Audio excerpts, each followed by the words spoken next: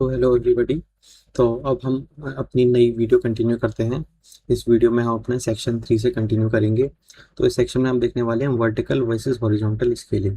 ठीक है। जैसे कि मैंने आपको इसका एक जिस्ट पिछली वीडियो में भी दे दिया था।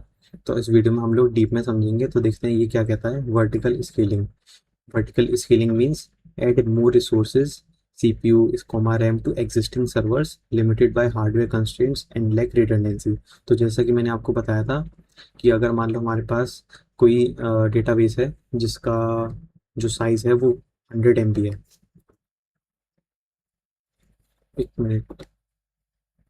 उसका जो साइज है वो 100 MB है और हमारे पास इतने यूजर्स को इतना डेटा हो गया है कि वो 100 MB अब इनफ नहीं है। हमें जो हमारा डेटा है वो 100 MB में स्टोर नहीं हो पा रहा है, हमें और ज़्यादा चाहिए। तो एक तरीका क्या है, वर्टिकल स्केलिंग। वर्टिकल स्केलिंग का मतलब होता है कि हमने इस 100 MB के डेटाबेस को चेंज करके इमेजिन करो कि हमने 1 GB का डेटाबेस बना दिया। ठीक है, तो इसको ही कहते हैं वर्टिकल स्केलिंग। कि हम जो एग्जिस्टिंग डेटाबेस है या एग्जिस्टिंग सर्वर है उसकी हम कैपेसिटी बढ़ा रहे हैं। तो वही ये कह रहा है कि एड्स मोर रिसोर्सेज, सीपीयू हो गया, रैम हो गया, हम एग्जिस्टिंग सर्वर्स में हमने बढ़ा दिया। जैसे कि फॉर एग्जांपल वेब सर्वर में रैम हमारी 1 GB की है, उसको बढ़ा के हमने 5 GB की कर दी। ठीक है। तो ये होता है वर्टिकल स्केलिंग। और हॉरिजॉन्टल स्केलिंग क्या होता है? It means adds more servers to the pool, making it more suitable for large scale systems. A load balancer is used to handle the request routing between the servers। इसका simple सा मतलब ये है कि अगर मेरे पास मान लो जो यूज़र ने रिक्वेस्ट भेजी वो इस वेब सर्वर पे आ रही है। ठीक है। और ये वेब सर्वर मान लो इमेजिन कर लेते हैं कि ये 10,000 रिक्वेस्ट को हैंडल कर सकता है।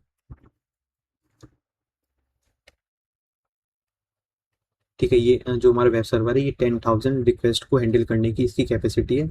लेकिन इमेजिन करो कि ये फ्लिपकार्ट का वेब सर्वर है और अ, उस 1 घंटे में जो फ्लिपकार्ट की सेल चलती है, इमेजिन करो कि 12 से 1 के बीच में फ्लिपकार्ट की कोई सेल चली और जो रिक्वेस्ट हैं वो 10,000 से ज़्यादा होकर 1 लाख हो गए। तो उस केस में हम क्या करेंगे? उस केस में अगर हम हॉरिजॉन्टल स्केलिंग करना चाहते हैं तो हम एक और सर्वर यहाँ पे लगा लेंगे। ठीक है। एक और सर्वर लगा लेंगे, सिमिलरली एक और सर्वर लगा लेंगे। तो ऐसे कर करके हम मल्टीपल सर्वर्स यहाँ पे लगाते जाएंगे। तो एक तो तरीका हो गया वर्टिकल स्केलिंग का कि एग्जिस्टिंग वेब सर्वर की कैपेसिटी बढ़ा दो। दूसरा तरीका है हॉरिजॉन्टल स्केलिंग की और वेब सर्वर्स यहाँ पे इंक्लूड कर दो कि 10,000 रिक्वेस्ट को ये हैंडल कर रहा है, अगली 10,000 रिक्वेस्ट को ये हैंडल कर लेगा दूसरा वाला,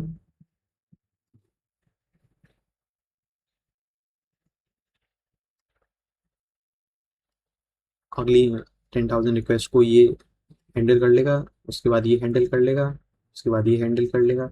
ठीक है। तो इस तरह से हमारा हॉरिजॉन्टल स्केलिंग काम करती है। ओके। इसको हम थोड़ा और डीप में समझते हैं जीबीटी की मदद से। तो मैं इसको कॉपी करके डाल देता हूँ इधर और इसको हम बोलते हैं एक्सप्लेन।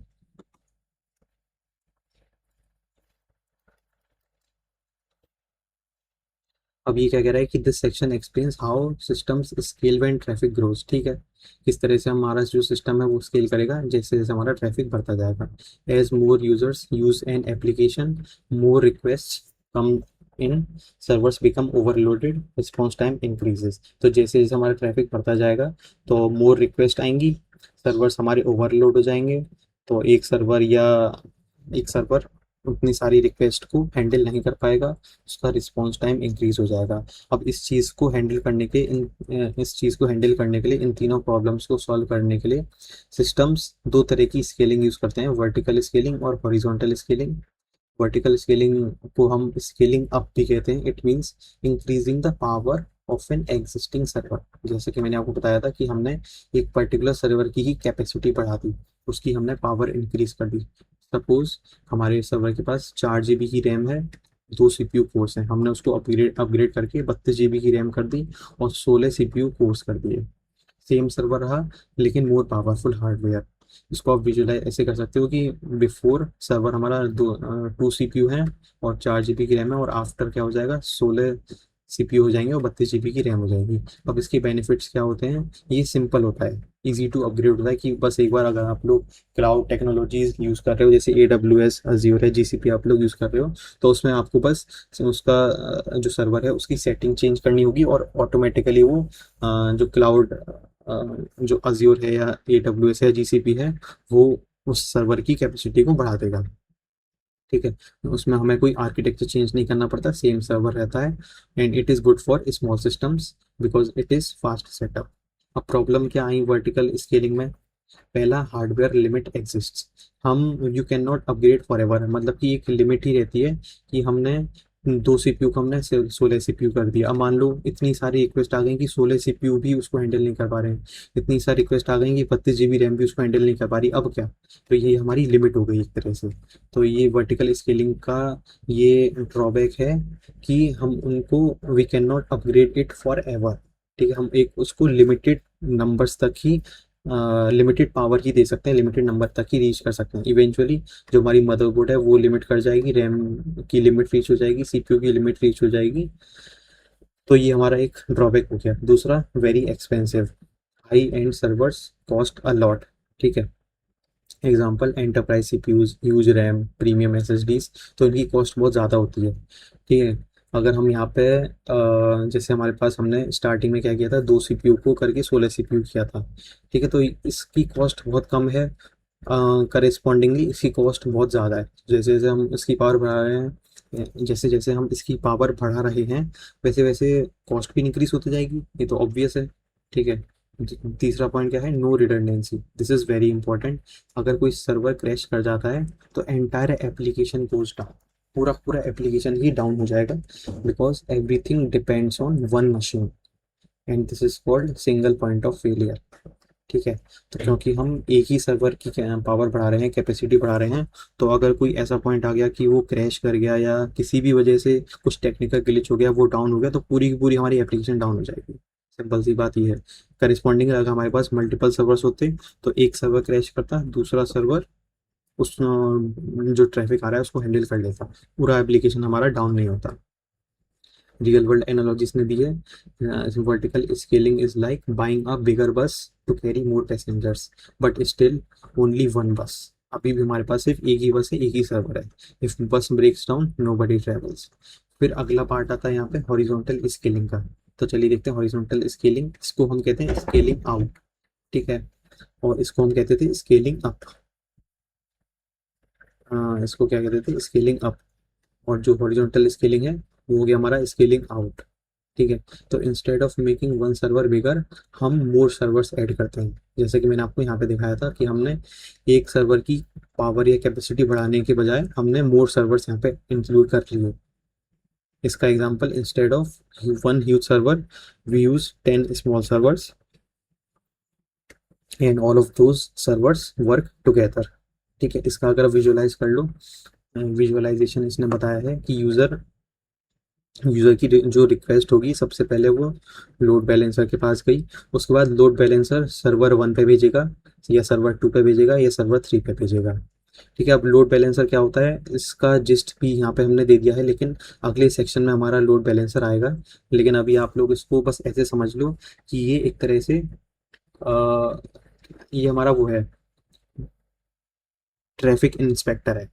ठीक है, ट्रैफिक इंस्पेक्टर मतलब कि अगर सबसे पहले स्टार्टिंग में मान लो एक रिक्वेस्ट आई, दो रिक्वेस्ट आई, ऐसे कर करके 100, 200, 300, 500, 1000 रिक्वेस्ट आ गए, तो वो सारी की सारी रिक्वेस्ट सर्वर 1 पे जाएंगी। फिर उसके बाद अगर मान लो 500 से ज़्यादा, 1000, 10,000, 20,000 रिक्वेस्ट आ गई, तो उसको वो फिर सर्वर 2 पे भेजना स्टार्ट करेगा। फिर अगर 20,000 से 30,000, 40,000 हो गई, तो वो ऑटोमेटिकली वो सर्वर 3 पे भेजना स्टार्ट कर देगा। ठीक है, वही इसने यहाँ पे कहा है, a load balancer distributes traffic among servers, it acts like a traffic manager या ट्रैफिक इंस्पेक्टर। ठीक है, example flow, suppose 3 users send request. Load balancer क्या कर सकता है कि यूजर 1 को सर्वर 1 पे भेजे, यूजर 2 की रिक्वेस्ट को सर्वर 2 पे भेजे और यूजर 3 की रिक्वेस्ट को सर्वर 3 पे भेजे। ठीक है, तो ये हॉरिजॉन्टल स्केलिंग की कपल है एक तरह से आप कह लो, कि अगर हम हॉरिजॉन्टल स्केल कर रहे हैं तो हमारे पास 10 स्मॉल, मतलब कि हमारे पास एक सर्वर नहीं है, हमारे पास मल्टीपल सर्वर्स हैं, मल्टीपल स्मॉल सर्वर्स हैं, तो हमें लोड बैलेंसर लगाना ही पड़ेगा, जिससे कि रिक्वेस्ट को हम डाइवर्ट कर पाएँ और ट्रैफिक को हम मैनेज कर पाएँ। ठीक है, it acts like a traffic manager, जिससे कि हमारा ट्रैफिक क्या है वो डिस्ट्रीब्यूट हो जाए। अब बेनिफिट क्या है हॉरिजॉन्टल स्केलिंग के, कि it handles massive traffic, you can keep adding servers. Example 10, 100, 1000 servers हम लोग ऐड कर सकते हैं। This is how large companies scale. ठीक है, और इनकी हाई अवेलेबिलिटी होती है कि अगर एक सर्वर क्रैश कर भी जाता है तो लोड बैलेंसर को पता होगा कि हाँ, जो S2 वाला सर्वर है वो क्रैश कर गया है, तो उस पर ट्रैफिक मत भेजो, S1 पे भेज दो, S3 पे भेज दो, S4 पे भेज दो। तो लोड बैलेंसर उस चीज़ को हैंडल कर लेगा। Load balancer sends traffic to others and system still works. और इसमें बेटर फॉल्ट टॉलरेंस भी होती है, कि failure of one machine does not destroy entire system. जैसे मैंने अभी आपको बताया कि अगर सर्वर 2 क्रैश कर जाता है, तो रिक्वेस्ट सर्वर 1 पे चली जाएगी, सर्वर 3 पे चली जाएगी। तो हमारा फॉल्ट टॉलरेंस यहाँ पे बेटर हुआ है, हमारा पूरा का पूरा एप्लीकेशन डाउन नहीं होगा हमारा कोई भी सर्वर क्रैश करने से। और ईजियर क्लाउड स्केलिंग है, कि क्लाउड प्रोवाइडर्स इसको एक इजी, उन्होंने एक बहुत काफ़ी इजी बना दिया है, कि AWS ने, अज्योर ने, GCP ने, कि हम सर्वर्स को ऑटोमेटिकली ऐड कर सकते हैं डायनेमिकली। ठीक है, अब इसके ये तो हमने देख लिए कि इसके क्या क्या प्रोज हैं, अब इसके हम कौन देखेंगे क्या क्या इसके ड्रॉबैक्स हैं।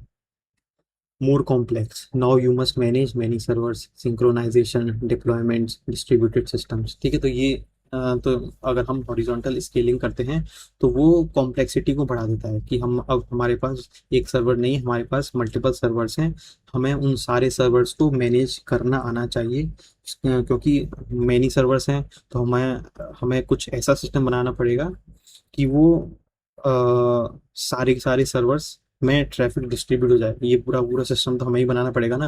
पहले लोड बैलेंसर की वाली चीज़ नहीं थी, लोड बैलेंसर पिक्चर में ही नहीं था जब हम वर्टिकल स्केलिंग कर रहे थे, लेकिन जब हम अब हॉरिजॉन्टल स्केलिंग कर रहे हैं तो लोड बैलेंसर भी पिक्चर में आ चुका है, तो हमें उसको भी हैंडल करना पड़ेगा, उसको भी सेट करना पड़ेगा, सिंक्रोनाइज करना पड़ेगा, कि अगर यूज़र सर्वर 1 पे जा रहा है तो भी उसको वही डेटा मिले, सर्वर 2 पे जा रहा है तो भी उसको वही डेटा मिले, सर्वर 3 पे जा रहा है तो भी उसको वही डेटा मिले। ऐसा नहीं होना चाहिए कि सर्वर 1 कुछ और डेटा ला के दे रहा है, सर्वर 2 कुछ और डेटा ला के दे रहा है, सर्वर 3 कुछ और डेटा ला के दे रहा है। ठीक है, डिप्लॉयमेंट्स, अलग अलग सर्वर्स पे हमें अपना जो एप्लीकेशन है उसको सारे सर्वर्स पे डिप्लॉय करना पड़ेगा, और यहाँ पे डिस्ट्रीब्यूटेड सिस्टम्स का भी कॉन्सेप्ट पिक्चर में आ जाएगा, उसको भी हमें हैंडल करना पड़ेगा। अब जैसे कि मैंने आपको बताया था लोड बैलेंसर, कि वर्टिकल स्केलिंग में तो लोड बैलेंसर की जरूरत पड़ी नहीं थी, लेकिन यहाँ पे तो हमें एक कुछ ना कुछ मैकेनिज्म तो चाहिए ना, और mechanism is needed to route request correctly. कुछ ना कुछ मैकेनिज्म चाहिए कि हम राउट कर पाए हमारी रिक्वेस्ट को करेक्टली। फिर अगला पॉइंट आता है सेशन स्लैश डेटा चैलेंजेस, कि मान लो suppose user logs into server 1, अब उसकी उसने जो लॉगिन वाली जो रिक्वेस्ट है वो उसकी सर्वर 1 पे गई, अब उसकी जो अगली रिक्वेस्ट है क्या पता लोड बैलेंसर उसको सर्वर 3 पे राउट कर दे, तो next request may go to server 3। तो क्या सर्वर 3 में भी जो हमारा यूज़र है वो लॉग्ड इन है या नहीं है? अगर नहीं है तो उसको वो तो सोचेगा कि भाई मैंने तो लॉगिन कर लिया, अब मेरे पास ये लॉगिन वाला इशू क्यों आ रहा है, तो वहाँ पे यूज़र एक्सपीरियंस हमारा ख़राब हो जाएगा, हमारा सिस्टम फेल कर जाएगा। तो जो सिंक्रोनाइजेशन है वो भी हमें ही मेंटेन करके रखना पड़ेगा as a developer. Need shared session handling. ठीक है, तो यहाँ पे अगर यूजर ने सर्वर 1 में लॉगिन किया है तो वही चीज सर्वर 2, सर्वर 3, सर्वर 4 में हमें सिंक करवानी पड़ेगी। ठीक है, तो ये कुछ कुछ चैलेंजेस आते हैं। अब इसकी रियल वर्ल्ड एनालॉजी क्या है, कि horizontal scaling is like adding more buses instead of buying one giant bus. Benefits, more passengers handled, if one bus breaks other still work. Why big companies prefer horizontal scaling, और वो big companies, एक one of the main reason ये है horizontal scaling को prefer करने का, कि चाहे यहाँ पे कॉम्प्लेक्सिटी बढ़ रही है लेकिन वो लोग कॉस्ट बचा पा रहे हैं, पैसा बचा पा रहे हैं, कि वो लोग इंजीनियर्स हायर करने में जितनी कॉस्ट नहीं लगती उससे कहीं ज़्यादा कॉस्ट एक बड़े सर्वर को हैंडल करने में लग जाती है, एक बड़े सर्वर को अडॉप्ट करने में लग जाती है। ठीक है, मतलब कि अगर एक वर्टिकल स्केलिंग अगर वो लोग यूज़ करें तो एक हाई एंड सर्वर की कॉस्ट काफ़ी ज़्यादा आएगी करस्पॉन्डिंग टू अगर वो लोग मल्टीपल स्मॉल सर्वर्स यूज़ कर सकते हैं, तो वो उस कॉस्ट को इंजीनियर्स को दे देते हैं कि आप लोग ये लो हमारी, ये लो आप पैसा, और आप लोग मल्टीपल सर्वर्स हमारे सिस्टम को कुछ ऐसा बना दो कि हम मल्टीपल सर्वर्स यूज़ कर रहे हैं, हमारी कॉस्ट कम लगनी चाहिए, जो कॉम्प्लेक्सिटी है आप उसको हैंडल करो। ठीक है, तो जैसे कंपनीज होती हैं गूगल, नेटफ्लिक्स, अमेजोन, फेसबुक, वो मिलियंस ऑफ यूजर्स को सर्व करती हैं, आपको पता ही है। फेसबुक के पास ही मिलियंस ऑफ यूजर्स हैं, अमेजोन के पास ही बिलियंस ऑफ यूजर्स हैं, नेटफ्लिक्स, गूगल। तो वंस एक सर्वर तो हैंडल नहीं कर पाएगा, ये तो काफ़ी ऑब्वियस है। एक सर्वर सारी मिलियंस ऑफ रिक्वेस्ट को हैंडल नहीं कर पाएगा। So they use thousands of servers with load balancers. अब इसने वर्टिकल वर्सेस हॉरिजॉन्टल स्केलिंग का एक टेबल दे दिया कि मेथड, यहाँ पे वर्टिकल स्केलिंग में बिगर सर्वर होते हैं, हॉरिजॉन्टल स्केलिंग में मोर सर्वर्स होते हैं। इसका अदर नेम है स्केल अप, इसका अदर नेम है scale out. Complexity vertical scaling की सिंपल होती है और हॉरिजॉन्टल स्केलिंग की मोर कॉम्प्लेक्स होती है। हार्डवेयर लिमिटेड रहता है, इसमें ऑलमोस्ट अनलिमिटेड रहता है। वर्टिकल स्केलिंग में फॉल्ट टॉलरेंस पुअर होती है, इसमें अच्छी होती है कि अगर सर्वर डाउन हुआ तो पूरा का पूरा एप्लीकेशन डाउन हो जाएगा, लेकिन यहाँ पे बाकी सर्वर तो काम कर ही रहे हैं। कॉस्ट एफिशिएंसी, ये काफ़ी एक्सपेंसिव होती है वर्टिकल स्केलिंग, और and it is horizontal scaling is better in long term. Redundancy इसमें नहीं होती, इसमें होती है। रिडंडेंसी मतलब कि आपके पास मान लो कि सर्वर वन आपकी 10 रिक्वेस्ट को हैंडल कर रहा है और सर्वर टू भी 10 रिक्वेस्ट को हैंडल कर पा रहा है, तो एक रिडंडेंसी होगी। यहाँ पे रिडंडेंट सिस्टम है कि ज़रूरत से ज़्यादा हम यहाँ पे वेब सर्वर्स को यूज़ कर रहे हैं, कि कुछ भी अगर चीज़ ज़रूरत से ज़्यादा है तो हम उसको रिडंडेंट बोल देते हैं। ठीक है, तो वही रिडंडेंसी है।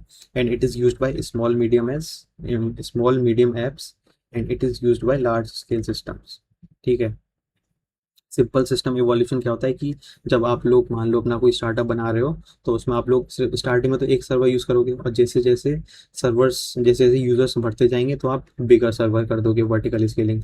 और उसके बाद अगर यूज़र्स जो ट्रैफिक है वो मैसिव हो गया, तब आपको बिगर सर्वर हटाकर लोड बैलेंसर लगाना पड़ेगा और मैनी सर्वर्स यहाँ पे यूज़ करने पड़ेंगे। तो फाइनल कोर आइडिया ये है कि वर्टिकल स्केलिंग का मतलब है कि एक सर्वर को स्ट्रॉन्गर बना दो, और हॉरिजॉन्टल स्केलिंग का मतलब है कि add more servers. Modern internet scale systems mostly rely on horizontal scaling, load balancing and distributed architecture. ठीक है, तो आई होप आप लोगों को वर्टिकल स्केलिंग और हॉरिजॉन्टल स्केलिंग एकदम बढ़िया से समझ में आ गया होगा।